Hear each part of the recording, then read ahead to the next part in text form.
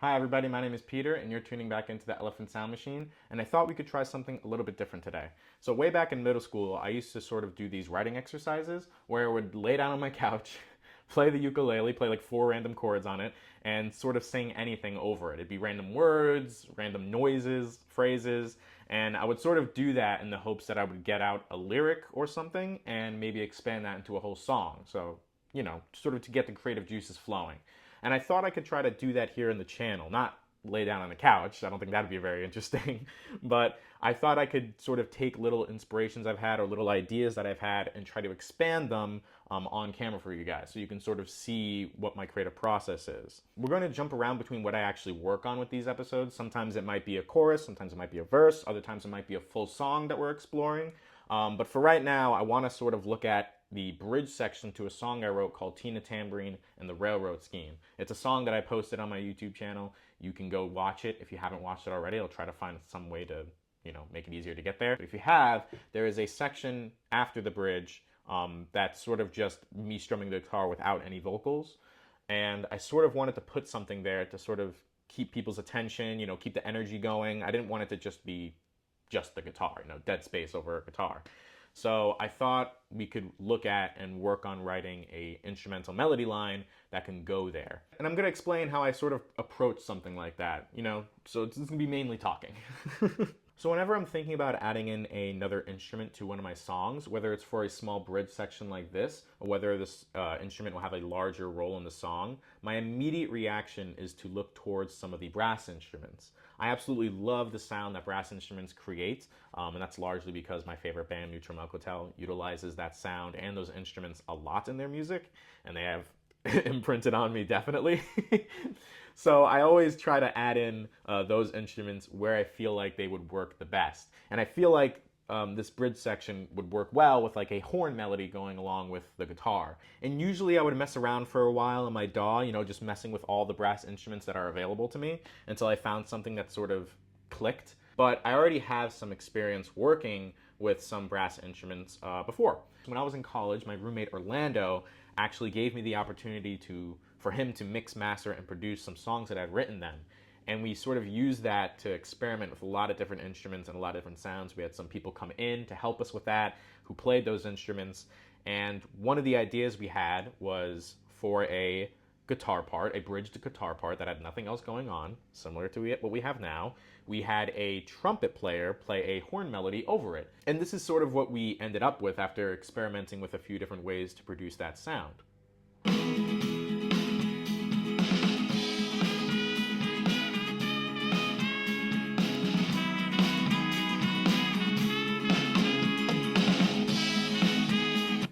And that's just a little snippet of it.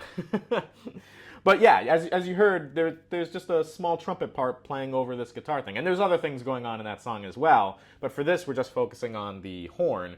And I think something like that would work well here, adding a trumpet to the guitar part that moves along symmetrically with it. Now, I don't want to mimic that sound entirely. I do want to start with a trumpet, but that was a little bit too bright and tight for what I'm imagining this song to have. I think I want to keep things a little bit more smooth, a little bit more open, sort of keep that campfire feel alive.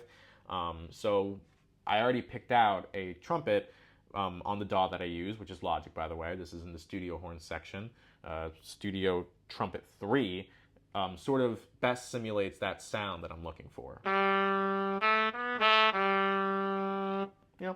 So now that we have the instrument picked out for now, I can get started on writing the actual melody that I want it to play. And whenever I'm writing a melody, whether it's for a trumpet or a stringed instrument or a vocal line or whatever, I always write it on the piano first and translate it later. This is something I would sort of recommend for anybody to do if they were having troubles with writing a melody or needed tips on it. I personally just think that it's easier for me to understand things when I can see it as much as I can hear it. And there's nothing visually easier to understand than the piano. You start at C and you can end up at C and hit every other note in your key along the way. So I just think it's easier to get a grasp on than anything else, and you can just translate and transpose the music afterwards to whatever you're doing. So I already have kind of an idea of where I want this melody to begin. In the vocal part that I sing right before the instrumental begins, I sing, the last note that I sing is a G. And since I kind of want my voice to go into or fade into the trumpet as it begins, it would make the most sense to begin the trumpet where I end, which is the G note. Now from there, we have to figure out if we want to go up the piano or down the piano. Where do we want this melody to really move to? And luckily, that choice has also kind of been made for me.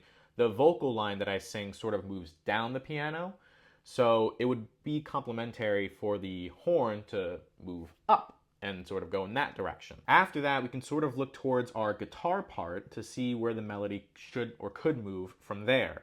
So in the guitar section, we can sort of break down the chords that I'm playing into three parts. I play a G, E minor, C, and then a G again. I then sort of repeat that pattern and then go into back and forth with the E minor and C chord till I eventually just get into the next part of the song. So we can sort of copy that pattern onto our melody, have a part that repeats, a part that goes back and forth between those two chords until it gets into the next section. This doesn't need to be anything really complicated. It actually would be better if it wasn't complicated. The song itself isn't too complicated to begin with. It's just, 4 chords and a few things here and there. So with all of that, we can start writing our melody and start planning it out. And this is sort of what I came up with. So this is what the DAW that I'm using looks like. This is the melody that I wrote out. I quickly recorded it so we could take a listen to it. It's not done yet. We still have to mess with the velocity, the volume of each of the notes and make sure that everything is in its correct timing and tempo. But here's just a quick listen to it as it stands right now.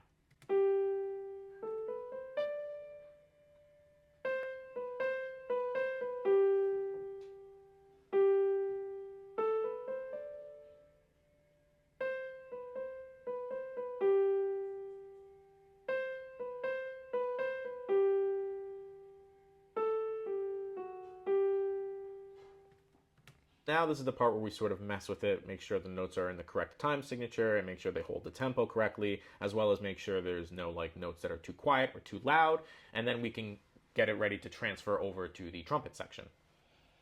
All right, so now we've made it, all fit within each measure. We made it all the same velocity so that no part's louder than the other. I just put them all at 60 for now. We can change that. We can make them louder. We can make some parts quieter for, audio effect. But for right now, for the moment, for the purpose of what we're doing, they can all just be the same. And I put it into the trumpet to sort of hear what it would sound like. And this is sort of, I guess, the finished product.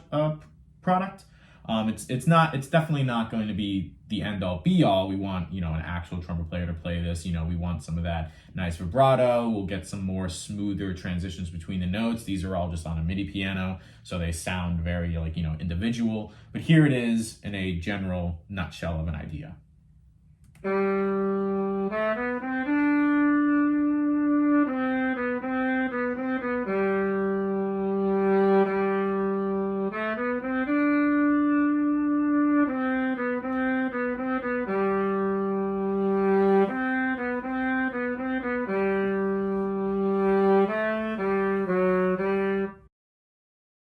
Now that we have the melody written out and actually recorded in the DAW, we can start to experiment with other ways to use it. We have it in that specific range, but if we want, we can make it a little bit brighter and see what that would sound like.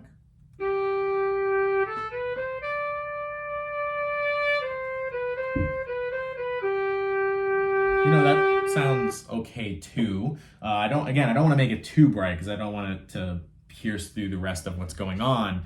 But if we were to have a actual trumpet player play it, I imagine it would be less piercing and sort of mixed in better together. But that's something we would have to actually get a real trumpet player to find out. But for right now, I think we could leave it in its lower register. Like I said before, this doesn't have to be the finished product. And I think as it is a good thing to show a trumpet player to sort of help them get the idea of what I want for the song. However, I feel like this is a good place to end the video for now. We got what we wanted to get accomplished. We have a nice horn section to go along and fill up that empty space that accompanies the guitar in that bridge section. And this allows us to get one step closer to maybe getting a fully produced version of this song that I can release. If you found this video as entertaining as I tried to make it to be, please let me know by leaving a comment, liking, and subscribe to my channel so that you won't miss out on any other videos. I try to post some every Friday. And if you want me to delve into more about how I write a melody or what instruments I choose or any part of this video, let me know so that for the next time I do one of these, I can go more into depth. Also check out my Instagram and TikTok pages. I post music content on there as well that I don't post here. So go follow those if you don't want to miss anything Elephant Sound Machine related. Thank you for watching this video. I hope you enjoyed it, and I will see you next time.